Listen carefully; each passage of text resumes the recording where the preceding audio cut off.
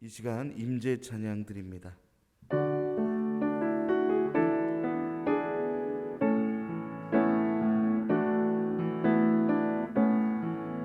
하늘의 문을 여소서, 이곳을 주목하소서.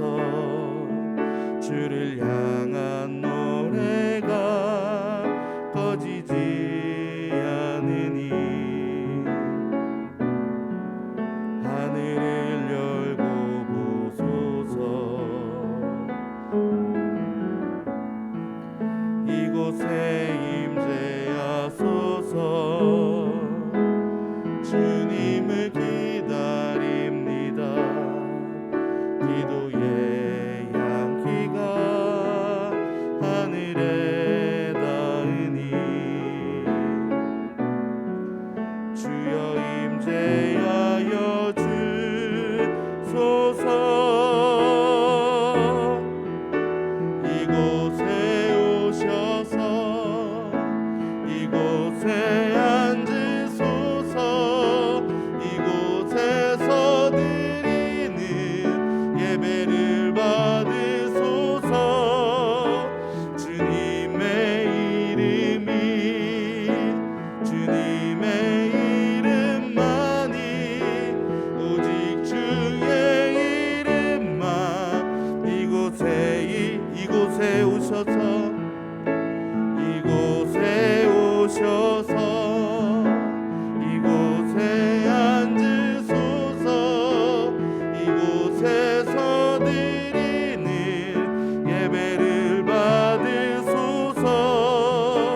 주님의 이름이 주님의 이름만이 오직 주의 이름만 이곳에 있습니다. 아멘.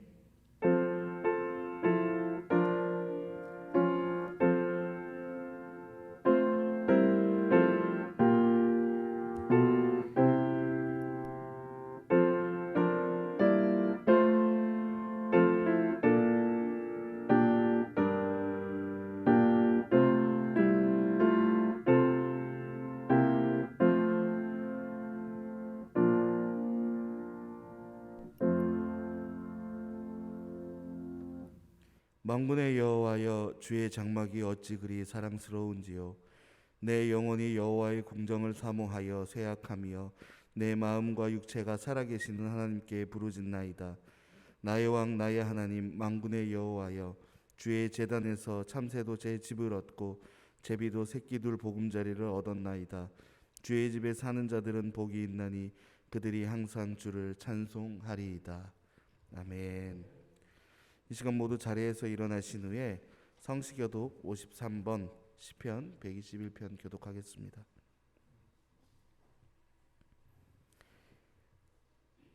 내가 산을 향하여 눈을 들리라. 나의 도움이 어디서 올까?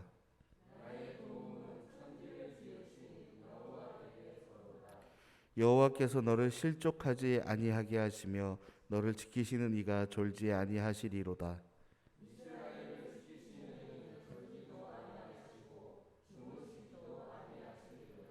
여호와는 너를 지키시는 이시라. 여호와께서 내 오른쪽에서 내 그늘이 되시나니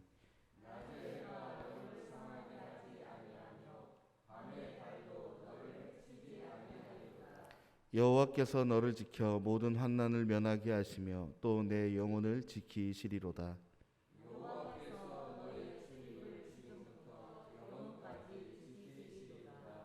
아멘. 송영은 찬송가 3장입니다.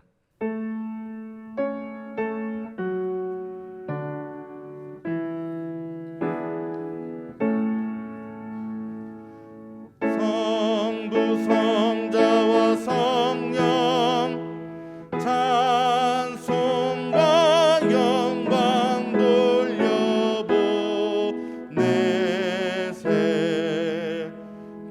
세대초로 지금까지 또 영원 무궁토록 성삼위께 영광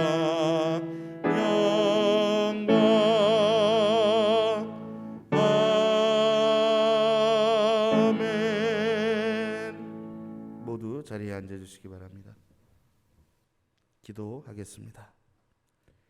사랑과 은혜의 하나님, 오늘도 우리의 삶을 지켜주시고 지켜주신 삶의 발걸음을 이 자리로 옮겨 주님을 예배할 수 있게 해주시니 깊은 감사를 드립니다.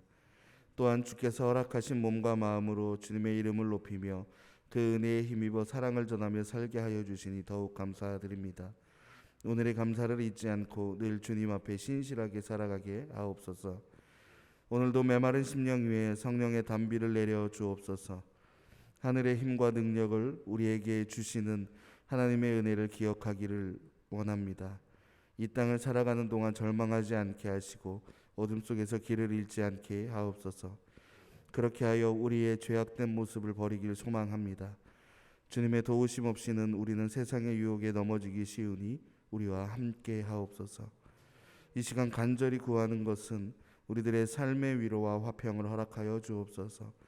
소망 가운데 슬퍼하는 자들의 눈물을 닦아주실 주님, 슬퍼하는 자들의 눈물을 씻어주시고 절망하는 자들의 손을 잡아 주옵소서.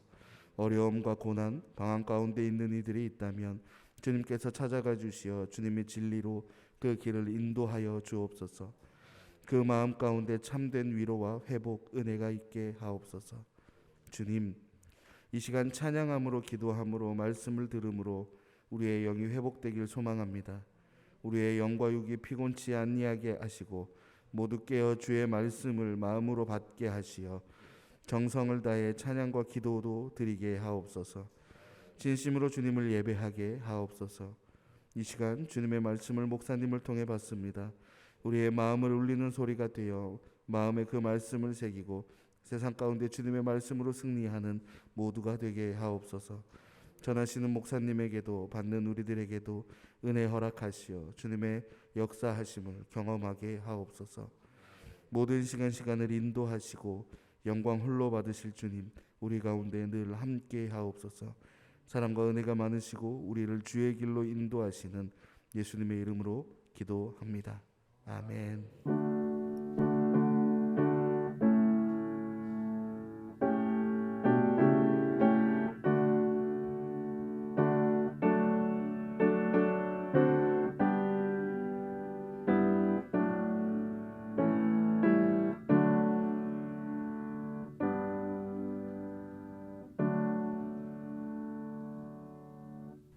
우리 앞뒤 옆 사람 서로 사랑의 축복의 인사를 하시겠습니다.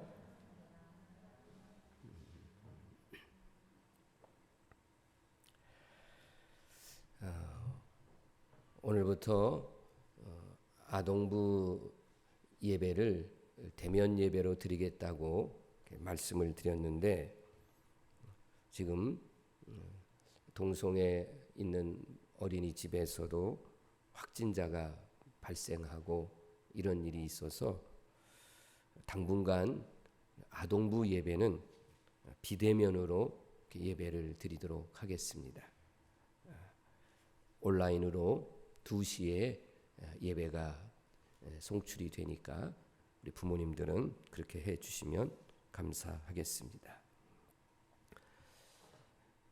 10월 첫째 주 다음 주는 세계 성찬 주일입니다.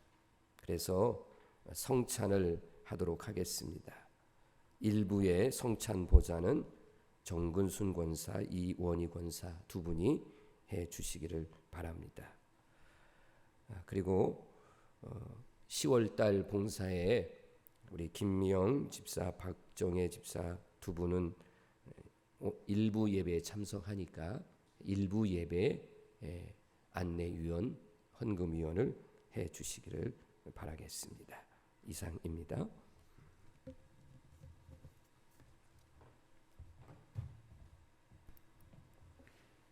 이 시간 찬송가 341장 찬양하시면서 하나님께 봉헌하겠습니다.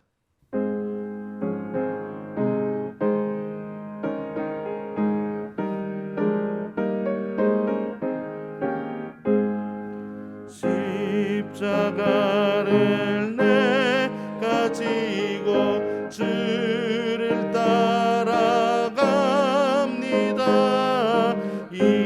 이제부터 예수로만 나의 몸에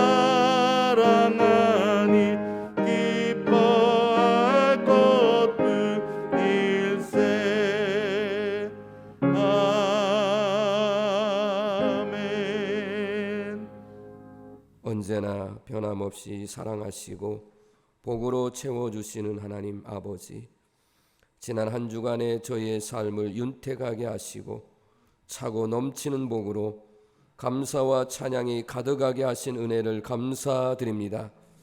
추석 명절을 통해서 풍성함을 주신 하나님께 감사드리며 가족 간의 사랑을 나눌 수 있는 좋은 시간을 주심을 감사드립니다. 이 시간 사랑하는 성도들이 하나님의 사랑과 은혜를 기억하여 예물을 가지고 나왔습니다. 11조를 드리는 손길을 어루만져 주시어 그 손들과 기도하고 계획하는 일마다 하나님의 영광이 나타나게 하옵소서. 믿음과 사랑 가득 담은 감사 헌금을 드리는 손길마다 날마다의 삶이 감사와 찬양으로 채워지게 하옵소서. 여러 가지의 모양으로 드리는 성도들의 헌신의 손길마다 주님의 축복이 함께 하시기를 간절히 원합니다. 하나님 아버지, 성도들 가운데 고난과 아픔이 있는 자에게는 그 고난과 아픔이 변하여 진주 같은 믿음의 결정체가 되기를 바라며 고통의 자리가 변하여 찬양과 기쁨의 춤을 추는 무대가 되고 축복의 주인이신 주님을 증거하게 인도하옵소서. 9월 한 달 동안에도 주님의 몸된 교회를 위해 수고와 헌신을 한 성도들에게 생명 연장의 복과 건강 축복, 물질 축복, 자녀들의 앞길이 열려지는 복들을 주실 줄로 믿습니다. 범사에 감사하신 주님의 말씀을 기억하면서 이제 이후에도 받는 감격을 주는 기쁨으로 살아가게 하여 주옵소서. 선교비를 보내는 9군데의 선교지와 선교사, 목회자들에게 하나님의 보호하심과 믿음의 열매들이 맺혀지게 하옵소서. 하나님 앞에 드린 예물들이 사용되어지는 곳마다 놀라운 하나님의 능력이 나타나게 하여 주옵소서. 이 모든 것을 하나님 앞에 감사드리며 예수님의 이름으로 축복하며 기도드립니다. 아멘. 성경 말씀은 야고보서 5장 15절에서 18절 말씀입니다.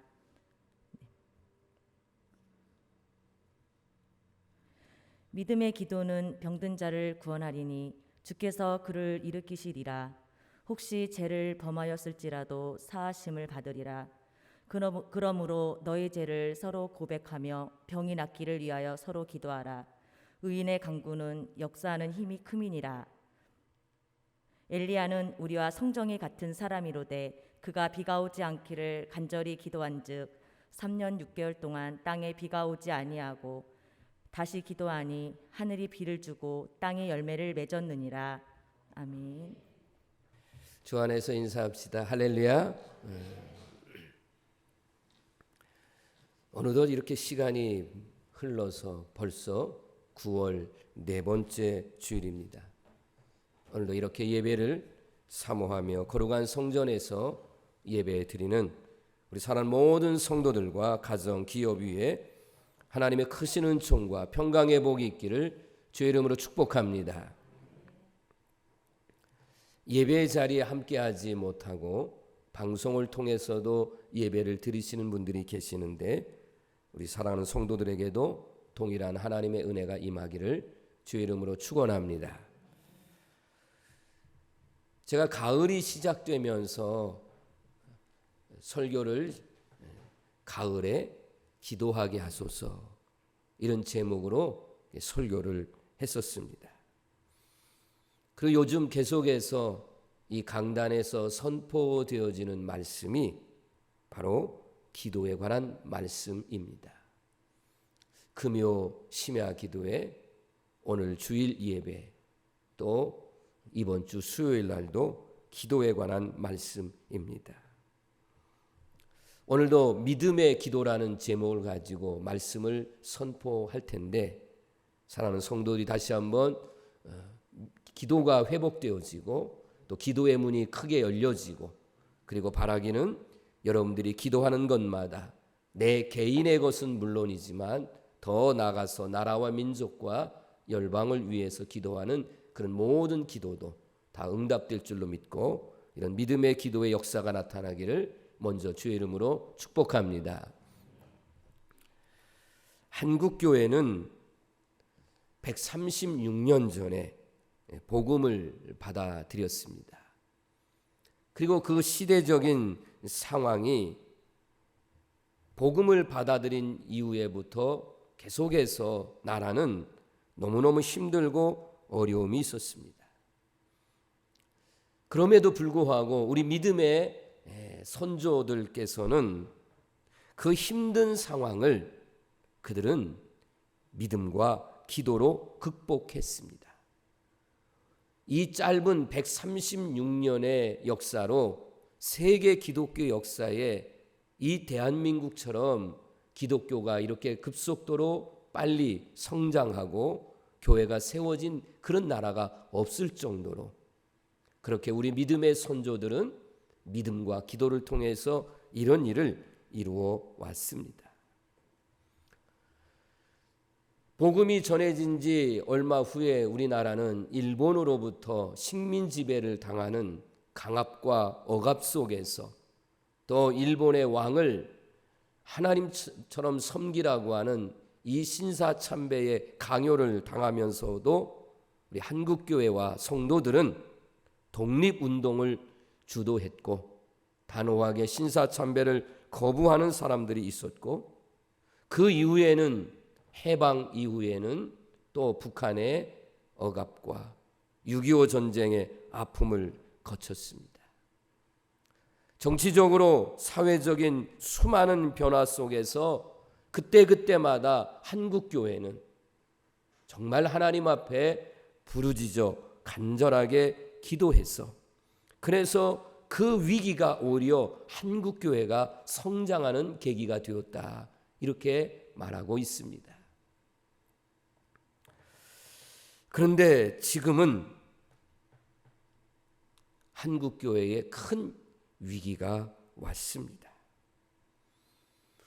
전국 방방 곳곳에서 기도하는 기도 소리가 이제는 점점 그쳐지고 있습니다.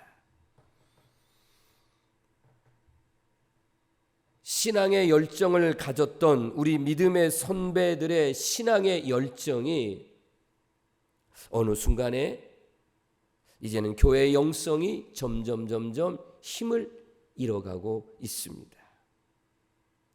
교회의 규모는 커졌고 그것으로 목회 또 성도들이 내가 신앙생활에 목회에 성공했다 실패했다를 비교하는 이런 물량주의가 교회 안에 들어왔고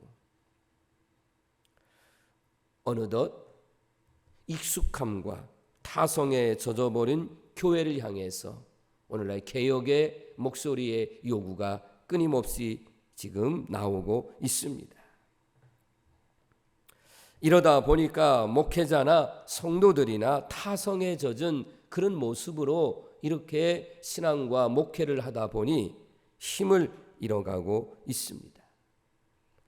반면에 이단들은 이 한국교회가 점점 힘을 잃어가고 있는 이때에 깊숙하게 파고들었습니다. 그리고 지금 우리가 알다시피 급성장을 하고 있는 것들은 지금 이단들입니다. 여기에다가 생각하지도 못했던 코로나19라는 이 감염병이 발생해서 지금 1년 8개월이 지나고 있지만 더 확산이 되고 있는 상황입니다. 코로나 발생 초기에 이단인 신천지를 통해서 전국으로 이렇게 확산되는 일이 벌어졌습니다. 언론과 또 세상의 사람들은 신천지가 이단인지 정통교회인지를 구분하지 않습니다. 그냥 신천지 교회 이렇게 말합니다. 그러니까 사람들의 생각 속에는 다 교회가 감염시켰다. 그래서 그 어떤 곳보다 교회라고 하는 표현을 더 많이 씁니다. 또 교회발, 또 교회 이런 말을 참 많이 써서 그래서 마치 교회가 마치 이 코로나19를 퍼뜨리는 그런 곳으로 이렇게 오해를 이제 사도록 했습니다. 실제적으로 교회를 통한 감염의 퍼센트는 사실 몇 퍼센트 되지 않습니다. 전국에 이 수많은 교회 다른 어떤 업종하고 비교해 볼 때에 몇 퍼센트 정도도 안 되는데 그렇게 지금 한국 이 언론과 정부는 교회가 마치 퍼뜨린 것으로 인식하도록 했습니다. 헌법상의 종교의 자유가 분명히 있습니다. 그런데 성전에서 예배 드리는 것을 중단시킵니다. 그리고 저에게도 공문이 내려옵니다. 찬양대 세우지 말라. 찬양단 이렇게 하지 말라. 큰 소리로 찬양하지 말라. 통성으로 기도하지 말라. 세상에 이런 정부가 어디 있어요? 교회를 향해서 예배를 막고 교회가 하는 찬송과 기도를 자기들이 하지 말라고 그렇게 말하고 있습니다. 대부분의 한국 교회는 제한적으로 예배드릴 수 있는 시기에 거리 두기를 지켰고 그리고 찬송도 마음껏 기도도 마음껏 소리내어 할 수 없었습니다. 제가 마스크를 착용하고 그리고 이 회중석에 앉아서 함께 찬양을 해 보니 우리 성도들께서 얼마나 답답할까, 얼마나 찬양하기가 힘들까, 이걸 정말 절감하게 느끼게 되었습니다. 오늘 제가 여러분에게 이렇게 설교를 통해서 현 정부나 K 방역을 비판하는 말씀을 드리려고 하는 것은 절대로 아닙니다. 우리 믿음의 선배들은 이렇게 나라가 정말로 어려울 때에 교회가 혹 어떤 일로 인해서 어려움을 만났을 때에 이때에 누구를 탓하고 원망하지 않고요. 우리 믿음의 선조들은 교회에 와서 이게 내 죄입니다. 하나님, 이것은 나의 죄 때문에 이런 일이 생겼으니 하나님, 나의 죄를 용서해 주십시오. 그리고 자기들의 죄를 고백하고 그리고 진심으로 하나님 앞에 회개하는 일을 하였다는 것입니다.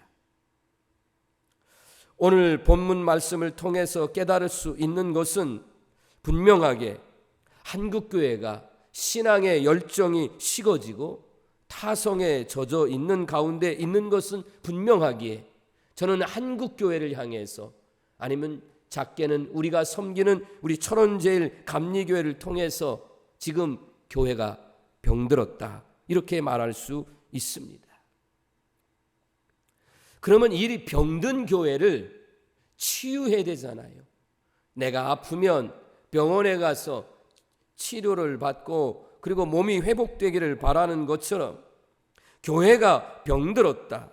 그리고 엎친 데 덮친 격으로 장기화된 이 코로나19 시대에 어떻게 하면 이 어려움을 이기며 나갈 수 있을까?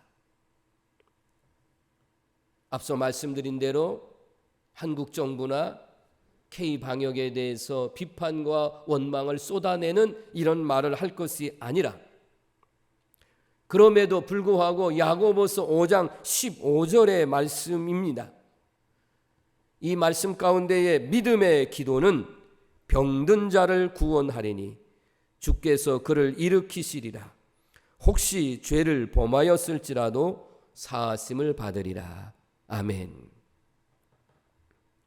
왜 교회에만 유독 제한적인 조치를 하느냐? 우리 너무 많이 들었잖아요. 700만 명이 타고 다니는 서울의 지하철에서는 한 명도 발생했다는 보도가 없어요. 그래서 서울의 지하철은 거기는 코로나19가 틈타지 못하는 그런 곳인가?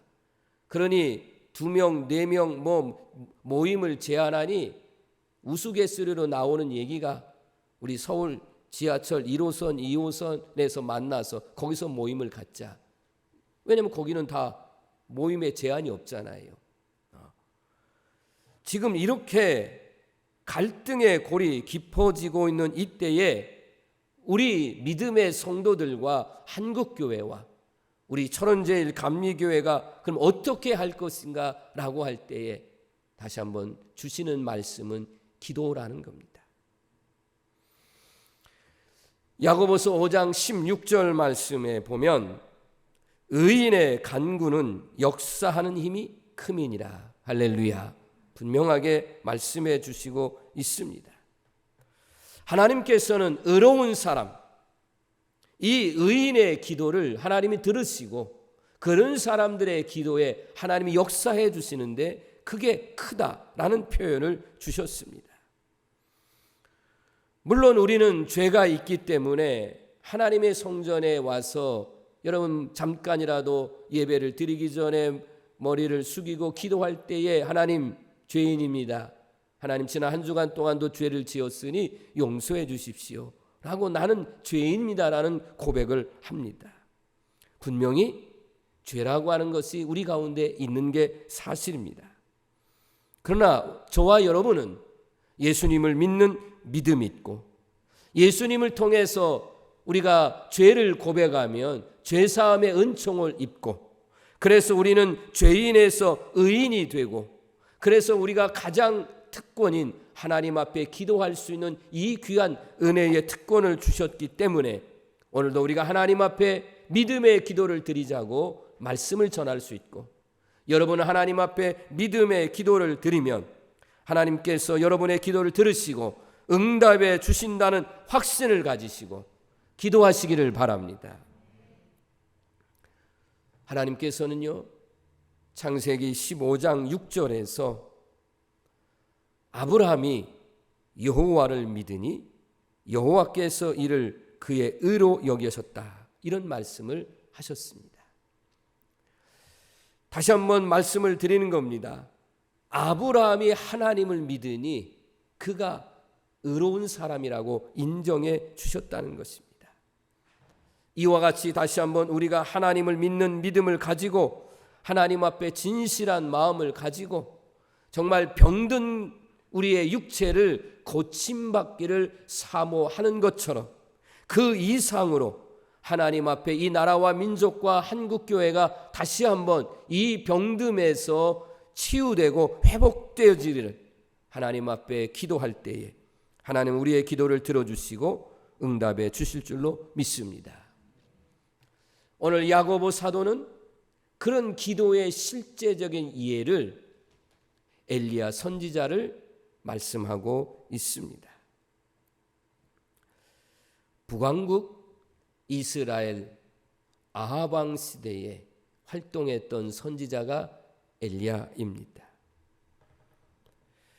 이때에 아합 왕을 비롯한 그의 아내 이세벨, 그래서 바알과 아세라나 이런 우상들을 가지고 들어와서 전국 방방 곳곳에 산당들을 세워놓고 그리고 그 아세라, 바알 이 우상들을 섬기도록 했습니다.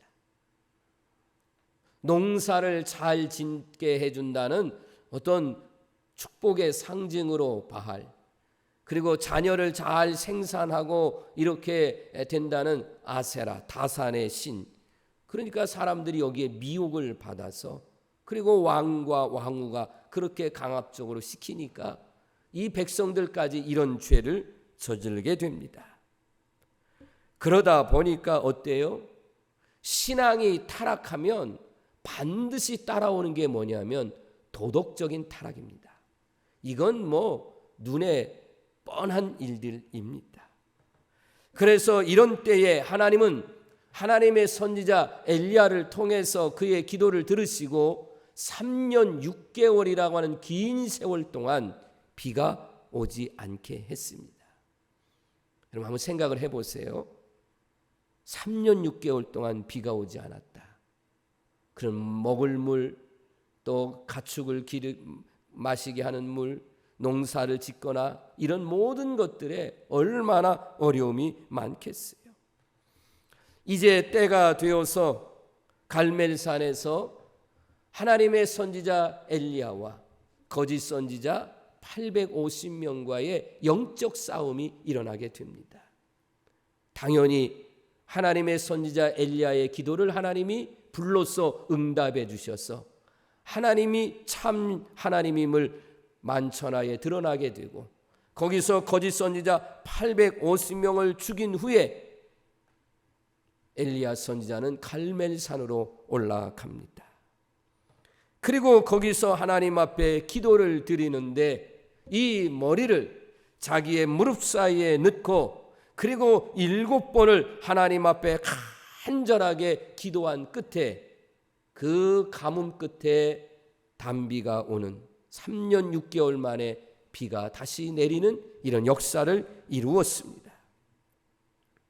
이 엘리야의 기도를 야고보 사도는 오늘 믿음의 기도는 병든 자를 구원한다, 의인의 기도는 역사함이 크다라고 하는 것을 말씀을 먼저 전제하고 예를 지금 엘리야를 들고 있습니다. 그러면 이 엘리야는 특별한 사람이냐? 아니라는 것을 밝히고 있습니다. 엘리야는 오늘 말씀해 보니까 우리와 성정이 똑같은 사람이다 라고 말씀하고 있습니다. 성정이 같다는 말은 본성이 같다는 거예요.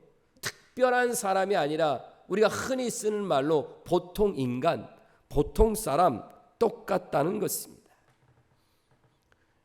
엘리야는 시골에서 태어났어요. 그러니 거기서 학교를 나왔고, 그리고 거기서 이제 소를 가지고 농사를 짓던 그런 사람이 하나님의 부르심을 받아 선지자가 된 사람입니다. 하늘에서 뚝 떨어져서 갑자기 짠하고 나타난 그런 사람이 아니라 하는 것입니다. 이것을 생각해 보면 기도는 특별한 사람만이 하는 것이 아니다라는 것입니다. 저와 여러분 똑같이 보통 사람, 평범한 사람, 그런 사람. 어떤 분들은 그래요. 목사님, 저는 기도에 능력이 없는 것 같아요. 능력은 하나님이 하시는 거고 우리는 하나님 앞에 기도할 뿐입니다. 그러면 하나님은 그 기도에 응답해 주실 줄로 믿습니다. 나는 전혀 죄가 없다라고 마치 뽐내는 저 유대의 바리새인들, 그런 사람들이 기도하는 것이 아닙니다. 저 성전 뒤에서 가슴을 치며 나는 죄인입니다, 나를 불쌍히 여겨 주십시오 라고 기도했던 세리와 같이 부족함이 많고 연약함이 많은 사람, 그런 사람이 기도하는 사람입니다. 경제적인 어려움 때문에 고민 있는 사람, 직장을 갑자기 잃어버리게 된 사람, 앞으로 어떤 직장을 가지게 될까 염려가 있는 사람, 자꾸만 부모의 말씀을 어기고 어긋난 길로 가려는 자녀 때문에 밤잠을 못 이루는 사람,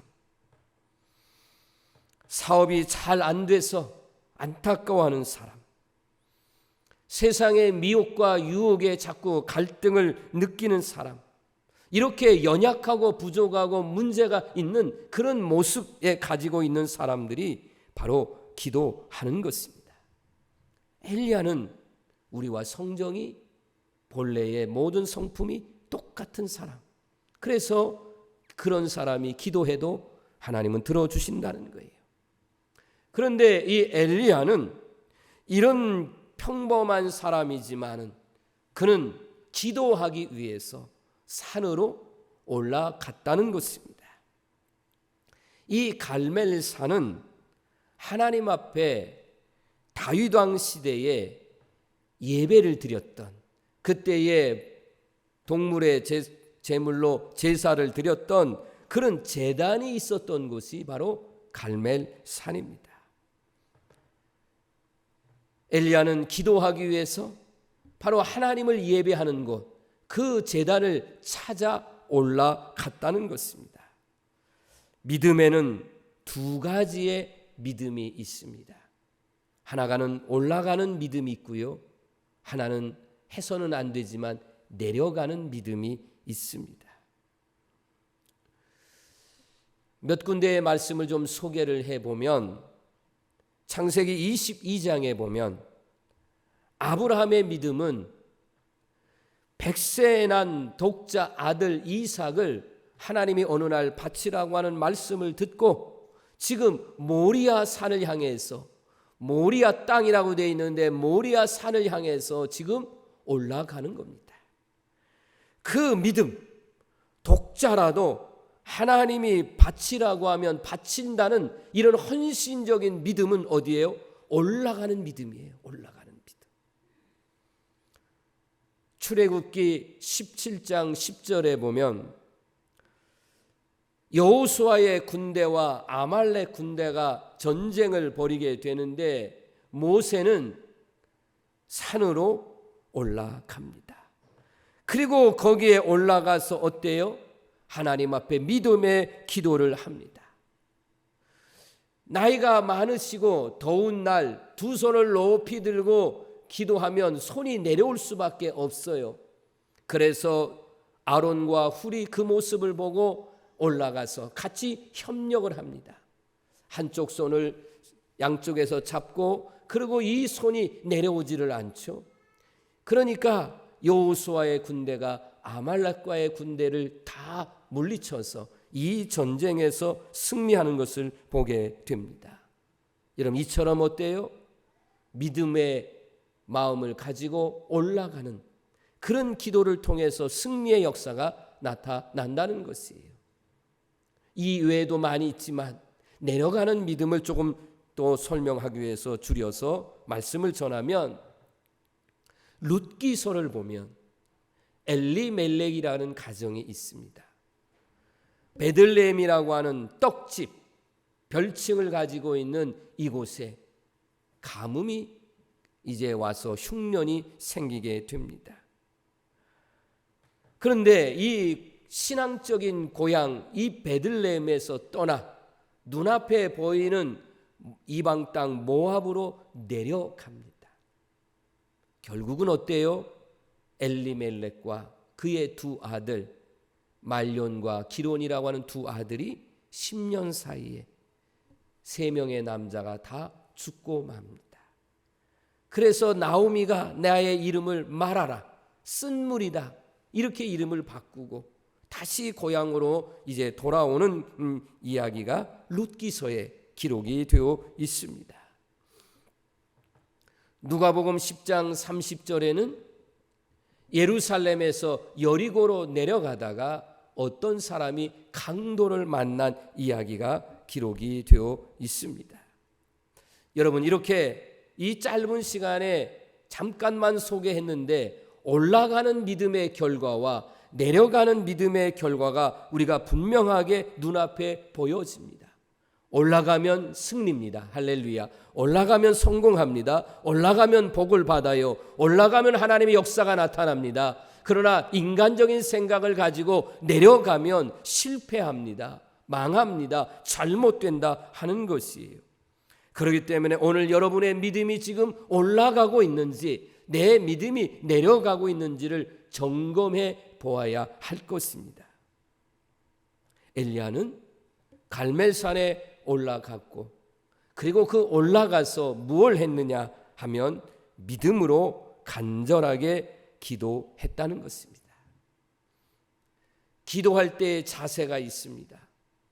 조금 전에 소개한 모세는 손을 들고 기도를 했습니다. 세리는 가슴을 치며 이렇게 나는 죄인입니다 라고 기도를 했습니다. 어떤 사람은 무릎을 꿇고 기도하기도 합니다. 이 엘리야 선지자의 기도의 자세를 땅에 엎드렸다라고 말하고 있습니다. 땅에 엎드렸다라고 하는 것은 이미 그의 믿음이 이미 겸손을 나타내고 있고, 그리고 엎드린 정도만 아니라 그의 머리를 무릎 사이에다가 넣었다는 것입니다. 저도 한번 이 부분을 따라해 보려고, 흉내라도 한번 내보려고 해보았어요. 정말 어려워요. 흉내 내는 것조차 쉽지가 않습니다. 오늘 이 본문을 쓴 야고보 사도는 예수님의 12제자 중에 요한과 형제인 야고보가 아닙니다. 이 야고보는 예수님의 육적인 동생인 야고보입니다. 그런데 이 야고보는 예수님이 십자가에 죽기까지 전까지는 예수님을 안 믿습니다. 내 형이 그리스도다 안 믿어요. 그런데 예수님이 십자가상에서의 그 죽음을 당하신 이후에 예수님을 그리스도라고 영접하고 나서, 그래서 예수님을 영접하고 오늘날로 말하면 목사가 되고 그리고 감독이 되는 그런 분이 되었어요. 그런데 이 야고보 사도의 별칭이 있어요. 그분을 떠올리는 별칭이 뭐냐면 낙타 무릎입니다. 그러면 낙타 무릎은 어떤 뜻이냐면 그가 얼마나 하나님 앞에 무릎을 꿇고 많이 기도했는지 무릎에 마치 공이가 박혀 있는 것처럼 그렇게 정말 기도의 사람으로 불려지는 사람이 바로 야고보입니다. 이런 야고보가 그도 기도의 사람인데 엘리야 선지자를 향해서 야고보서 5장 17절에 이렇게 표현했어요. 엘리야의 이 기도는 우리랑 똑같은 성정이 같은 사람인데 그가 간절히 기도한즉, 간절히 기도했다. 그러면 이 간절한 기도라는 것은 무엇인가? 눈앞에 보이지 않습니다. 귀에 들리지 않습니다. 어떤 말하는 것들이 들려오지도 않습니다. 그래도요, 나는 하나님을 믿습니다.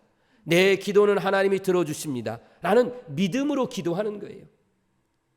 어떤 역사가 꼭 나타나야만 되는 것은 아니다. 그런 말씀입니다. 한 이틀 전에 저에게 어느 다른 교회에 다니시는 분이 저에게 기도를 받기 위해서 찾아왔어요.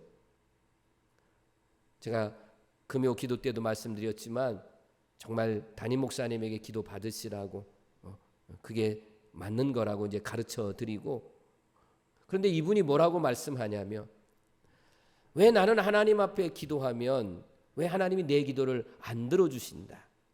하나님이 짠하고 나타나셔서 이렇게 해주면 좋을 텐데 이런 식의 기도를 이렇게 오해를 하고 있는 거예요.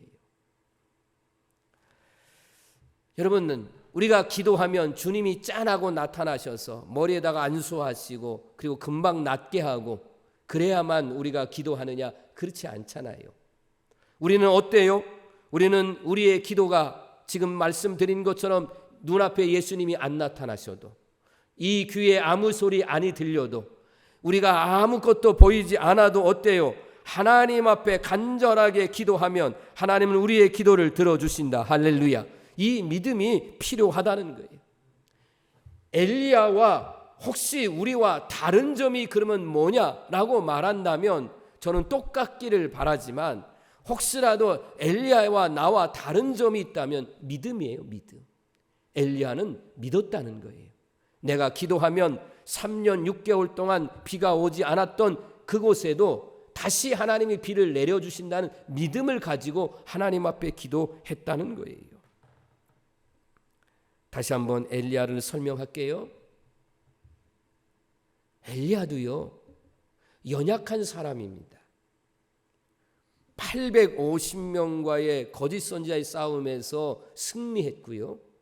정말 여호와의 불이 뚝 떨어져서 그래서 그 물까지 제단 위에다가 부어버렸으니 세상에 마른 장작 위에 불이 빨리 타지 젖은 장작에 안 타는데 그렇게까지도 해서 여호와의 불이 떨어져서 그런 역사를 정말 경험했잖아요. 그런데 이세벨이 엘리야를 죽이겠다고 이 살인 청부업자를 보내니까 피해 다니다가 너무 지치니까 하나님 나 그만 죽여주세요. 하나님 나 데려가세요. 해서는 안 될 말을 하지 않았습니까? 이렇게 연약한 사람이 엘리야입니다.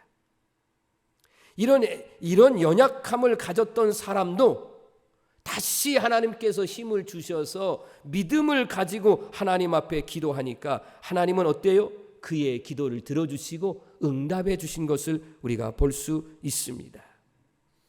사랑하는 우리 성도 여러분, 다시 한번 우리 성도들이 하나님 앞에 기도할 때에 믿음을 가지시고, 그 믿음이라고 하는 것은 히브리서 11장 1절 말씀, 우리 이 말씀은 다 같이 읽을까요? 믿음은 바라는 것들의 실상이요 보이지 않는 것들의 증거니. 아멘. 참으로 크고 위대한 신앙은 보지 않고 믿는 신앙입니다. 의심 많았던 도마, 나는 예수님이 부활한 것을 이 눈으로 보아야 되고 내 손으로 만져봐야 된다. 예수님이 나타나셔서 구멍난 손을 그리고 가슴에 창자국을 보여주었잖아요. 그러면서 뭐라고 그랬어요? 보지 않고 믿는 자가 더 복되도다 라는 말씀을 주셨습니다. 엘리야는 저 수평선 그쪽을 향해서 기도를 하는데 7번째 눈을 떠서 보니까 손바닥만한 구름 하나가 떠올랐어요. 우리가 알다시피 비는 먹구름이 몰려와야 비가 온다고 그러지, 이 맑은 하늘에 손바닥만한 구름 하나가 떴다고 하면 그거는 맑은 날이죠. 100% 비가 안 오는 거죠. 그런데 어때요? 엘리야는 저 수평선 멀리서 떠오르는 손바닥만한 구름을 보고 하나님이 내 기도를 들어주셨구나. 하나님이 이제는 축복으로 비를 내려주신다. 그리고 아합 왕에게 가서 말하지 않습니까? 왕이시여, 이제 비가 올 테니 마차 타고 빨리 왕궁으로 가시라고. 마차가 이제는 비에 진흙으로 해서 못 갈 수 있으니 가라고 왕에게 그런 말까지도 분명하게 말합니다. 우리도 믿음의 귀를 가지고 엘리야처럼 축복의 빗소리를 들으시기를 바랍니다. 3년 6개월 동안 오지 않던 비가 엘리야를 기도를 통해서 흡족하게 내림으로 먹고 마시고 아름다운 열매를 낼 수 있었습니다. 엘리야는 어떤 사람이라고요? 기도의 사람입니다.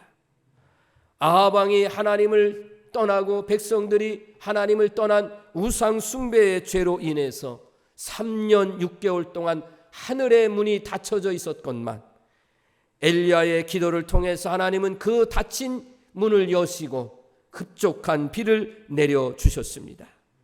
사랑하는 성도 여러분, 오늘 말씀을 이제 마무리하면서 하나님의 나라를 이루어가는 것은 결코 위대한 특별한 몇 사람을 통해서 이루어져 가는 것은 절대로 아닙니다.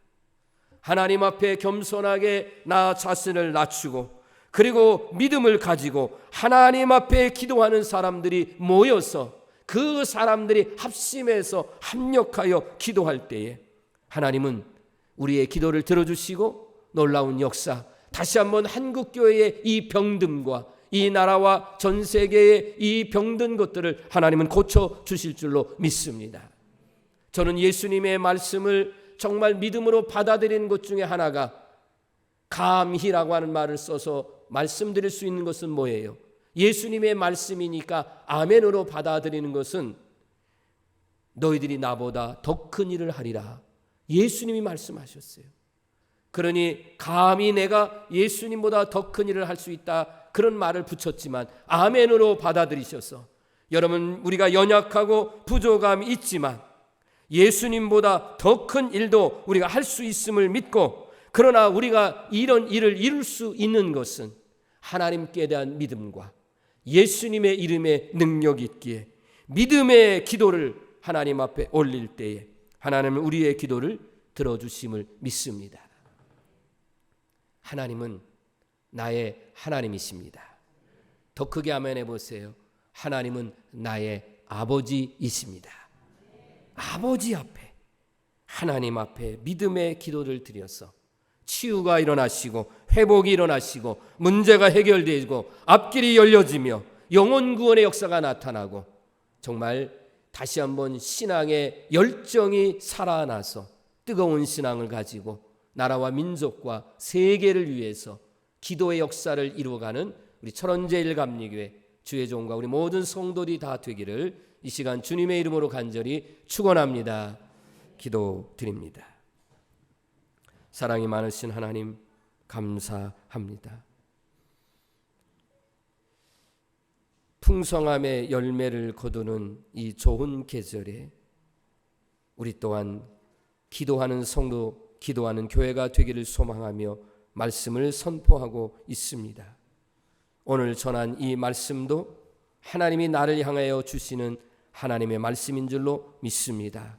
하나님께 대한 분명한 믿음과 예수 그리스도의 이름에 능력이 있음을 믿고 그 믿음으로 기도해서 병든 것들이 치유되게 하시되 한국교회, 우리 교회, 우리의 신앙이 병듦에서 치유되게 하시고 나태했던 이런 게으름의 신앙에서 열심을 가지고 주님을 섬기고 기도에 앞장서는 우리 모두가 되게 해 주옵소서.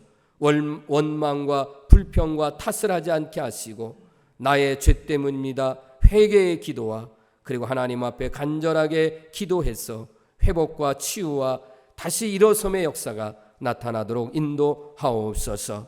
이 기도의 사명을 감당할 수 있도록 더욱 기도의 문이 열려지게 하시고 더 깊고 넓게 기도하며 살아가는 우리 모두가 다 되게 해 주옵소서. 오늘도 말씀이 살아있고 또 기도의 역사가 나타나게 됨을 믿고 이 모든 것을 감사드리며 예수님의 이름으로 기도드립니다. 아멘. 이제 모두 자리에서 일어나셔서 파송의 찬송가 369장 하나님께 찬양드리겠습니다.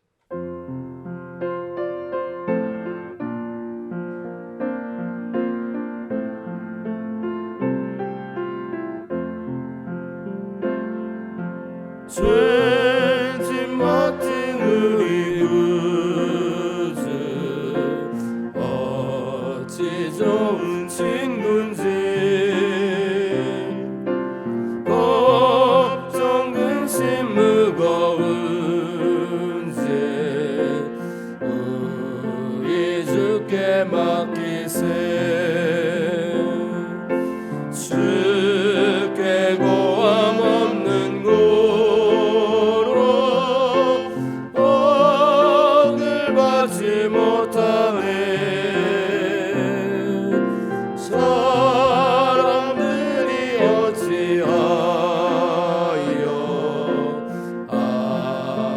주를 모를까 시험 걱정 모든 괴로움 없는 사람 누군가 의지롭지 낙심 말고 기도드려 아뢰세 이런 진실하신 친구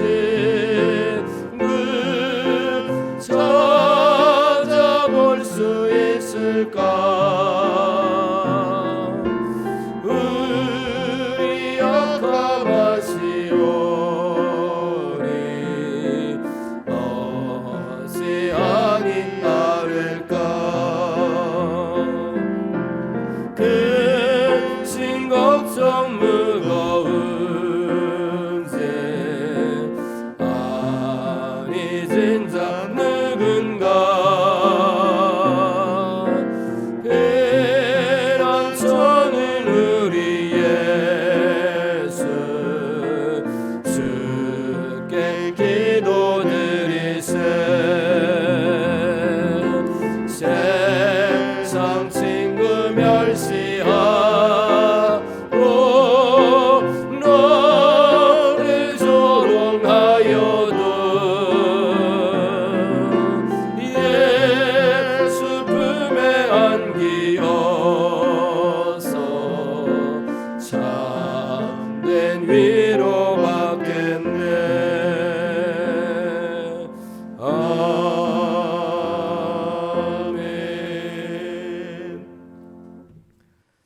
길과 진리와 생명 되신 우리 구주 예수 그리스도의 은혜와 하나님 아버지의 그 크신 사랑하심과 보혜사 성령님의 감화감동 역사 충만한 은혜가 엘리야와 같이 믿음의 기도를 드려 다친 것들을 열리게 하시고 병든 것들을 치유되게 하시고 회복되기를 소망하며 이제 세상을 향하여 나가는 우리 믿음의 권속들과 한국교회와 대한민국 세계 열방에까지 영원토록 함께해 주시옵기를 간절히 축원하옵나이다. 아멘.